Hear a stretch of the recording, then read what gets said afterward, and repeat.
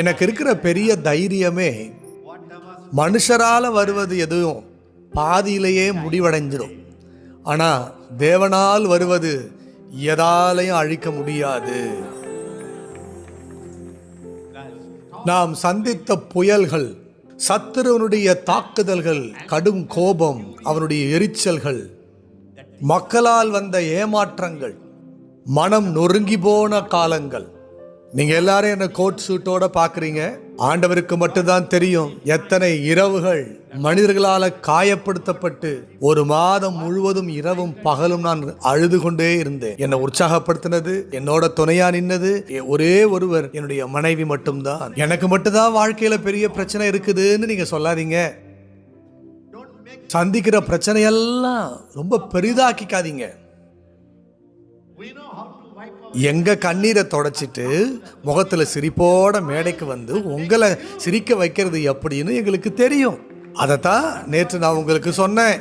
மரணம் எங்களுக்குள் கிரியை செய்கிறது, ஜீவன் உங்களுக்குள் பலன் செய்கிறது. இயேசுதான் சுமந்துக்கிட்டாரேன்னா நான் எதுக்கு சுமக்கணும்னு நீங்க கேட்கலாம்.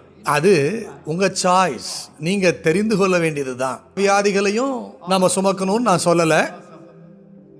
ஆனா சிலர் இருக்கிறார்கள், நீங்க எல்லாம் 8 மணி நேரம் தூங்குறீங்க. ஒருவேளை ஒரு பாஸ்டர் 10 நாள் தூங்காம இருந்தாருன்னா அவர் வியாதி அடைஞ்சிருவாரு. அதுவும் அவர் இயேசுவுக்காக ஓடினாருன்னா பரவாயில்ல. தேவனுடைய வேலையின் நிமித்தம் அவன் மரணத்துக்கு சமீபமானான் என்று எப்பாப்ராதீத்துவை குறித்து அப்போஸ்தலனாகிய பவுல் எழுதுகிறார். அது வேற, அது வித்தியாசம். அதுக்கு பெரிய கணம் இருக்கிறது. சில மக்கள் அதை தெரிந்து கொள்றாங்க.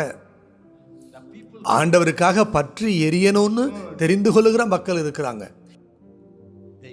அவங்க பிரகாசிக்கிறாங்க, தேவனுடைய முழு சரீரத்துக்கும் வெளிச்சத்தை கொடுக்கிறாங்க. தயவு செய்து விளங்கிக் கொள்ளுங்க, இந்த புதிய மனிதன் உங்களுக்குள்ள வாழ்கிறானே, அந்த புதிய மனிதன் உங்களுக்குள் இருக்கிற அந்த ஜீவனை தருகிற ஆவி, உயிர்ப்பிக்கிற ஆவியானவன். நீங்க தான் அந்த உயிர்ப்பிக்கிற ஆவியா இருக்கிறீங்க. 4 நாட்களா இதைத்தான் நான் உங்களுக்கு திரும்ப திரும்ப சொல்லி கொண்டிருக்கிறேன். நீங்க எங்க போனாலும் உங்களையும் அறியாமலே அந்த நறுமணம், ஜீவனின் நறுமணம் எங்க பார்த்தாலும் பரவ ஆரம்பிச்சிடும். நான் உங்களுக்கு ஒன்று சொல்ல விரும்புகிறேன், தயவு செஞ்சு கவனிங்க. இது நீங்க என்ன பிரசங்கம் பண்றீங்கன்றதெல்லாம் இல்லைங்க, நீங்க என்ன செய்யறீங்கன்றதும் இல்லைங்க. ஒரு நேரம் வரும், நீங்க ஒரு வீட்டுக்குள்ள போனாலே போதுங்க, அந்த வீட்டுக்குள்ள நீங்க எதையோ ஒன்றை உங்களிடத்திலிருந்து ஒன்றை கடத்தி விட்டு விட்டு வந்துருவீங்க. அது அடுத்த நாளே உங்களால பார்க்க முடியாம இருக்கலாம். ஆனா மக்கள் சொல்லுவாங்க, அண்ணா நீங்க 10 வருஷத்துக்கு முன்னால வந்தீங்கன்னா ஒரே மாசத்துல நிறைய பேர் எங்க வீட்டுல ரட்சிக்கப்பட்டுட்டாங்கன்னு சொல்லுவாங்க. நீங்க தேவனுடைய ஜீவனை சுமக்குறீங்க. வாலிப பையனா நான் எங்கெல்லாம் போனோம் அதெல்லாம் நான் நினைச்சு பார்க்குறேன். போய் சுவிசேஷத்தை பிரசங்கிச்சுட்டு இல்லை வெறுமனே ஒரு ஜெபம் பண்ணிட்டு வந்த இடங்கள் எல்லாம் அங்கே ஜனங்கள் ரட்சிக்கப்பட்டிருக்கிறதையும் ஊழியங்கள் உருவாகி இருக்கிறதும் காண முடிந்தது. நீங்க எதை சுமக்குறீங்கன்னு உங்களுக்கு இன்னும் தெரியல. அரோமா தெரப்பி, நாட்டு மருந்துல சொல்றாங்க, இந்த வாசனையை சுவாசிச்சாலே செத்த ஆள் கூட திரும்ப உயிரோட வந்துடுறாங்கன்னு. அந்த வாசனை உடலுக்குள்ள போய் உள்ள இருக்கிற வைரஸ் எல்லாம் கொன்னுடுதுன்னு சொல்றாங்க. நீங்களோ தேவனுடைய வாசனையை, தேவனுடைய ஜீவனை, தேவனுடைய பிரசன்னத்தை சுமந்து கொண்டிருக்கிறீங்க. பவுல் சொல்றார், நாம் எல்லாரும் சொல்லுங்க, நாம் எல்லாரும் கிறிஸ்துவின் நற்கந்தமாயிருக்கிறோம். பிதாவாகிய தேவனுக்கு, ரட்சிக்கப்பட்டவர்களுக்கும் கெட்டு போகிறவர்களுக்கும் நடுவிலே உங்களுக்குள்ளார எல்லா நேரமும் வாசனை வீசுகிறது. எப்படி உங்களுக்கு விவரித்து சொல்றதுன்னு எனக்கு தெரியல. ஆண்டவர் உங்களுடைய ஆவிக்குரிய கண்களை திறந்தால் உங்களுக்குள்ளார 24 மணி நேரமும் நீங்க மரிக்கிற வரைக்கும் தேவனுடைய நறுமணம் இருக்கிறத பாப்பீங்க. அந்த வாசனை ஜீவனை கட்டவிழ்த்து விடுகிறது.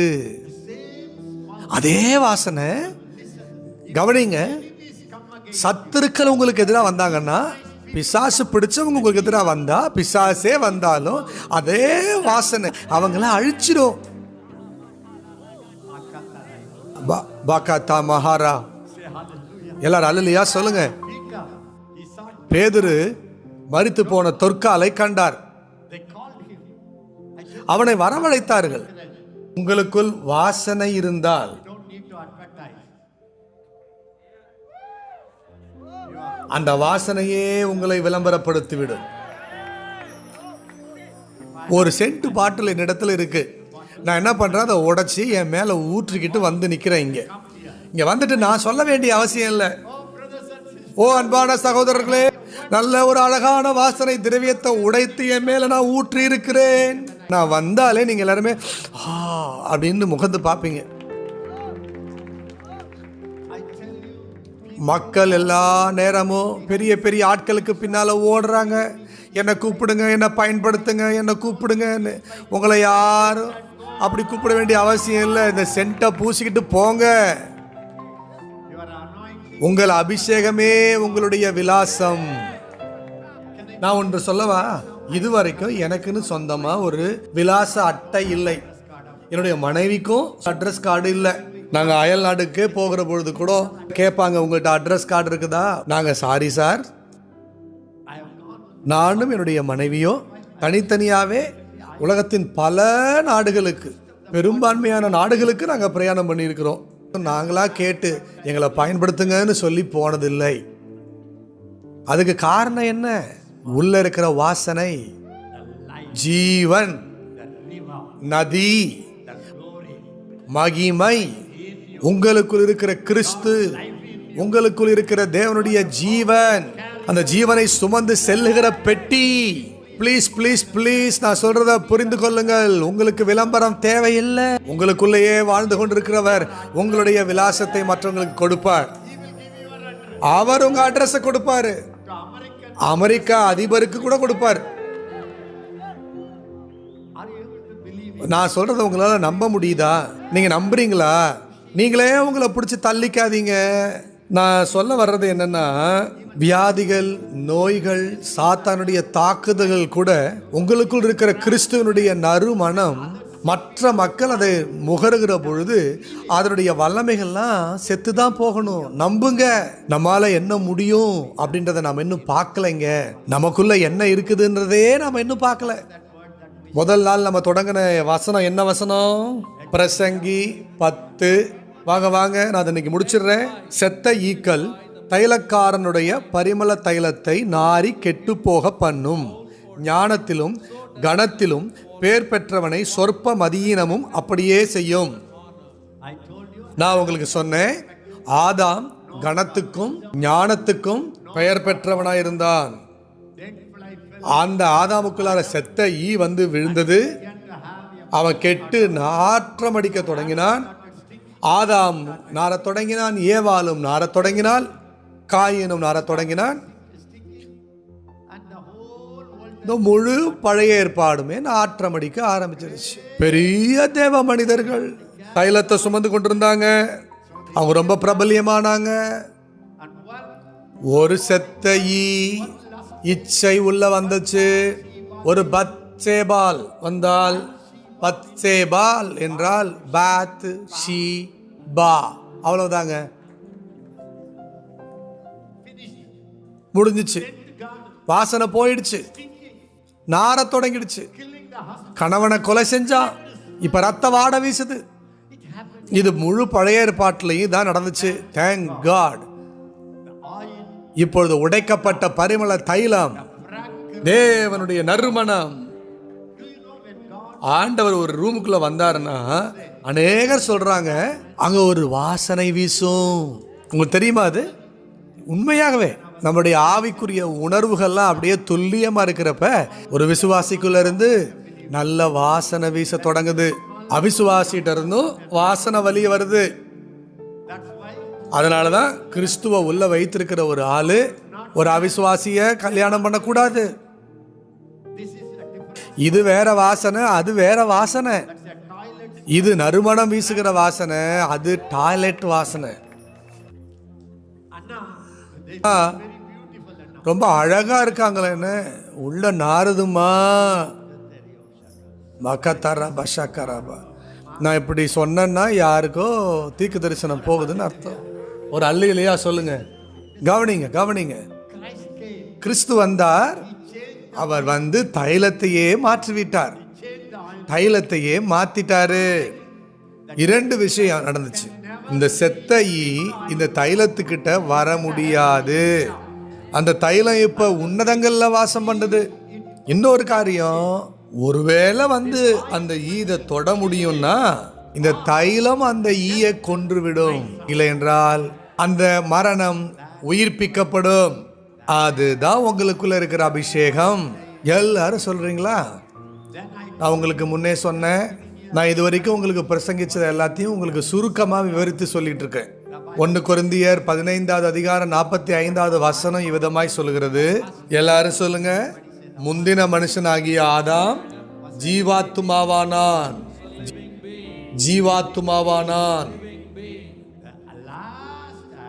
பிந்தின ஆதாம் உயிர்ப்பிக்கிற ஆவியானார். நான் உங்களிடத்துல ஒரு கேள்வி கேட்கிறேன். இப்பொழுது உங்களுடைய வாழ்க்கையில இருப்பது யாரு? முந்தின ஆதாமா இல்லை பிந்தின ஆதாமா? நீங்க வெறும் ஜீவாத்மாவாக மட்டும்தான் இருக்கீங்களா, இல்ல உயிர்ப்பிக்கிற ஆவியா மாற்றப்பட்டிருக்கீங்களா? நீங்கள் ஜீவன் அருளும் ஆளாயிருக்கிறீங்க.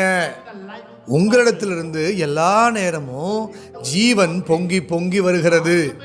நீங்க அதை அடைக்கவில்லைன்னா அது தானா பாய்ந்து ஓடிட்டே இருக்கும். நான் உண்மையா சொல்றேன், நீங்க பம்ப் பண்ண வேண்டியதே இல்லைங்க. அங்க அடைப்பு இல்லை என்றால் அது பொங்கி வரும். யோவான் 4:14 இயேசு சமாரிய ஸ்திரீடத்தில் சொன்னார், இந்த தண்ணீரை குடிக்கிறவனுக்கு மறுபடியும் தாகம் உண்டாகும். ஆனால் நான் அவனுக்கு கொடுக்கும் தண்ணீரை குடிக்கிறவனுக்கோ அந்த தண்ணீர் அவனுக்குள்ளே நித்திய ஜீவகாலமாய் ஊறுகிற ஊற்றாயிருக்கும், நீரூற்றாயிருக்கும்.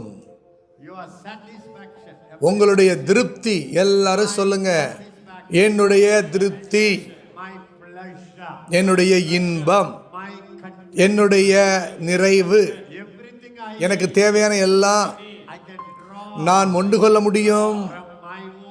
என்னுடைய சொந்த நீரூற்றிலிருந்து நான் மொண்டு கொள்ள முடியும். எரேமியா 2:13 சொல்லுகிறது. கவனிங்க, நான் உங்களுக்கு சுருக்கமாக சொல்லி முடிச்சிடுறேன். ஆண்டவர் சொல்றாரு, என்னுடைய ஜனங்கள் 2 தீமைகளை செய்தார்கள். 1, ஜீவ தண்ணீர் ஊற்றாகிய என்னை விட்டு விட்டார்கள். நான் ஜீவ தண்ணீர் ஊற்று. உங்க வாழ்நாள் எல்லாம் பல சந்ததிக்கும் இயேசு வருகிற வரைக்கும் என்னுடைய ஜீவனை நான் கொடுத்து கொண்டே இருக்க முடியும். தலைமுறை தலைமுறையை ஆசீர்வதிக்க முடியும். அவர்களோ என்னை விட்டு விட்டார்கள். அவர்கள் தங்களுக்கு ஒரு கிணறை தோண்டி கொண்டார்கள். அது கிணறு கூட இல்லை, அது என்ன வார்த்தை? அது தொட்டி, நீர் தொட்டி. அதை நீங்களே தோண்டிக்கிட்டீங்க. உங்க வேலை, அதை நீங்க தோண்டினீங்க. உங்களுக்கு பணம் வருது, நான் சந்தோஷமா இருப்பேன் நீங்க நினைச்சீங்க. நீங்களா முயற்சி பண்ணீங்க. என் மனைவி தண்ணி தொட்டி, அந்த பெண்ணு, இந்த ஆளு, வேலை. ஆண்டவர் சொல்றாரு, என் மக்கள் 2 தீமையே செஞ்சிட்டாங்க. 1, அவங்க என்னை விட்டு விட்டார்கள். நான் ஜீவ தண்ணீர் உள்ள நீரூற்று. அவங்க தேவையெல்லாம் என்னால் சந்திக்க முடியும். அவங்க வாழ்நாளெல்லாம் சந்திக்க முடியும். உங்களுக்கு தேவையான எந்த திருப்தியும் அது உங்களுக்கு உள்ளேயே இருக்கிறது. கிறிஸ்து உங்களுக்குள் இருக்கிறார். தயவு செய்து இந்த ஒரு சத்தியத்தை உங்க மனசுல நான் பதிய பண்ண விரும்புறேன். To all our longings, Christ is the answer to all our needs. நம்முடைய எல்லா தேவைகளுக்கும் அவர்தான் பதில். எனவே எல்லாம் உள்ள இருக்கிறது. அவர் உங்களுக்குள்ள வாழ்கிறார். உங்களை திருப்திப்படுத்தணும்னு அவர் காத்து கொண்டிருக்கிறார். ஒரு காலம் வரும், நீங்க முழுவதும் திருப்தி அடைவீங்க. என்னுடைய ஊழியத்தில் நான் சந்தோஷமா இருக்கிறேன், எல்லாமே எனக்கு திருப்தியா இருக்குதுன்னு சொல்லுவீங்க. ஆனா ஒரே ஒரு விஷயம், நீங்க அதை வெளியில இருந்து எடுக்கலாம்னு நினைச்சீங்கன்னா நீங்க தான் இந்த உலகத்திலே ரொம்ப அதிருப்தியான ஆளா இருப்பீங்க. உள்ள இருந்து மொண்டு கொள்ளுங்க, உள்ள இருந்து மொண்டு கொள்ளுங்க. நான் ஒன்றை விளங்கி கொண்டேன், உங்களுடைய சொந்த நீரூற்றிலிருந்து மொண்டு உங்களை நீங்க திருப்திப்படுத்தி கொள்றது எப்படின்னு உங்களுக்கு தெரியலன்னா நீங்க தான் ரொம்ப அதிருப்தியான ஒரு ஆளா இருப்பீங்க. உங்க கணவனிடத்தில் எதிர்பார்ப்பீங்க, மனைவியிட்ட எதிர்பார்ப்பீங்க, அண்ணன் தம்பி இவங்க அவங்க. ஆண்டவரே அனுமதிப்பாரு. அதை பார்க்கும்படி வேதம் சொல்லுகிறது, அவர்கள் தங்களுக்கென்று வெடிப்புள்ள தொட்டிகளை தோண்டி கொண்டார்கள். அது தண்ணீர் இல்லாத தொட்டி, அதால தண்ணியை வைத்துக் கொள்ள முடியாது. தண்ணியை வைத்துக் கொள்ள முடியாது. அது இப்பயே உங்களுக்கு தெரிஞ்சது ரொம்ப நல்லது. இன்னும் ரொம்ப காலத்துக்கு பிறகு நீங்க அதை கண்டுபிடிக்கிறதுக்கு முன்னால, அல்லேலூயா, நான் வேலைக்காக ஓடினேன், நான் பணத்துக்கு பின்னால ஓடினேன், ஏராளமான நகை இருந்தது, எனக்கு நிறைய நண்பர்கள் இருந்தார்கள், அல்லேலூயா, எனக்கு ஒரு விபத்து ஏற்பட்டது, கர்த்தருடைய பரிசுத்த நாமத்துக்கு ஸ்தோத்திரம், என்னுடைய 2 கால்கள் உடைந்தது, டாக்டர் சொன்னாரு உள்ள தகடுதான் வைக்க முடியும்னு, அல்லேலூயா, பிறகுதான் நான் மனம் திரும்பி 3 நேர ஊழியத்துக்கு வந்தேன். வாங்க, நான் உங்களை வெளியே தள்ளுறேன். தயவு செய்து புரிந்து கொள்ளுங்க, அவர்தான் அந்த ஊற்று. அவரை விட்டு போகாதீங்க, அது உங்களுக்குள்ளே இருக்கிறது. இயேசு அந்த ஸ்திரியை பார்த்து சொன்னாரு, ஸ்திரியே, உனக்கு ஏற்கனவே 5 புருஷர்கள் இருக்கிறார்கள். நீ நினைச்ச இந்த புருஷன் என்னை சந்தோஷப்படுத்துவான், 6 மாசம் கழிச்சு அவனை ஏமாத்தின பிறகு இன்னொரு புருஷன் வந்தா அவனும் ஏமாத்தினா, 10 முறையும் இப்படி மாறி மாறி மனுஷங்க உன்னை ஏமாத்திட்டாங்களே, உனக்கு இன்னும் புத்தி வரலையா? இன்னும் மனுஷங்களால ஏமாற போறியா?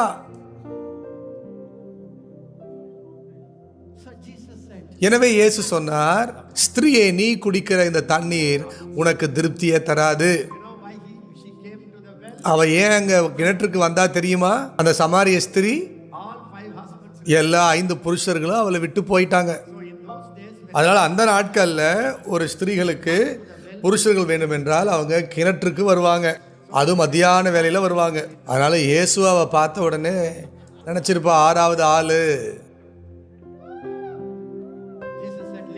இயேசு சொன்னார், ஸ்திரீயே, எல்லா நேரமும் நீ மனுஷர்களுடைய அன்புக்காக இயங்குகிறாய், அவங்களுக்கு என்ன பிடிக்கும், அவங்களுக்கு என்ன ரொம்ப பிடிக்கும், ஆனா இது எல்லாமே வெடிப்புள்ள நீர் தொட்டி உள்ள தண்ணி இருக்காது. உங்களுடைய சபையை கூட நீங்க நம்பாதீங்க, உங்களுக்கு சம்பளம் தருவாங்கன்னு. உங்களுக்கு சபை சம்பளம் தரவில்லை, பரலோகம் தான் தருகிறது, பரலோகம் தான் தருகிறது.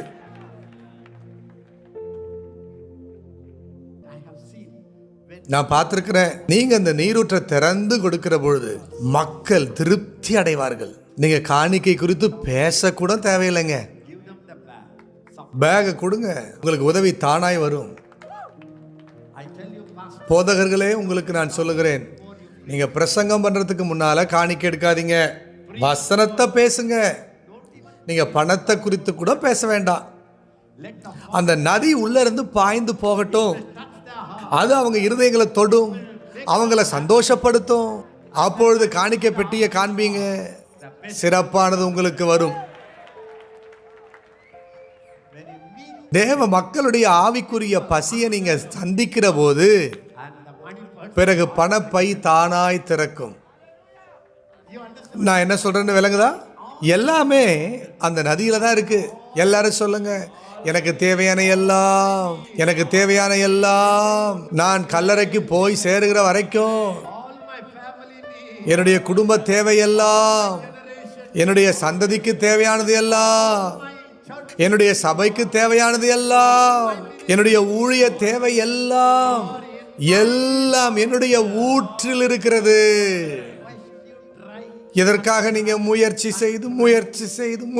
செய்து பார்க்கணும். தண்ணீரை தேக்கி வைக்க முடியாத ஒரு வெடிப்புள்ள தொட்டியை தோண்டுவதற்கு நீங்க எதற்காக முயற்சி செய்யணும்?